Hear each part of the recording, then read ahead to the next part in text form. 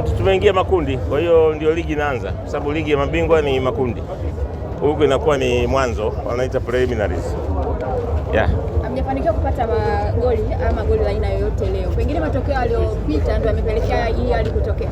Kila mechi huwa tofauti na malengo tofauti. Kushinda 3-0 na unaona kwao, pamoja na kwamba walitakiwa kushambulia, lakini muda mwingi walikuwa wamekaa nyuma. Labda hawakutaka wafungwe zaidi, wawe na aibu. Kwa ndio game ilivyokuwa. Lakini baada ya matokeo haya au kwenda makundi, mipango au malengo ya Simba yanaongezeka zaidi. Ndio hivyo, sawa, tuingia makundi ili tuendelee na tuingie robo finali. Na robo finali lazima ushinde mechi zaidi ya 3.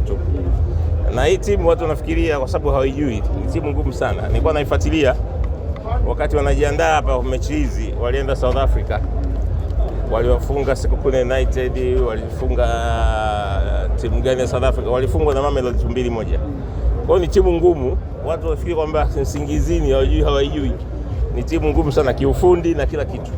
Na walijiandaa hasa kwenye mashindano. Ndio maana wametoa mabingwa wa Zimbabwe wamewatoa kwenye mashindano. Mwenyekiti, mwalimu ana wiki 2 tutokea amefika. Nyinyi kama viongozi mlichokiona kwenye mechi hizi 2 ndio kile ambacho mmekihitaji kwa mwalimu?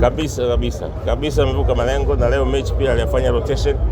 Kwa sababu tukitoka hapa tarehe 30 tuna mechi Tabora, tarehe 2 tuna mechi na Azam, tarehe 5 tuna mechi na JKT.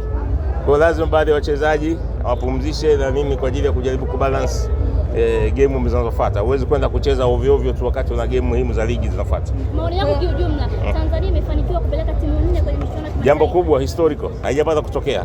Jambo kubwa katika nchi, na kwa kweli nawapongeza TFF na nawapongeza vilabu vyote kwa kuweza kufuzu.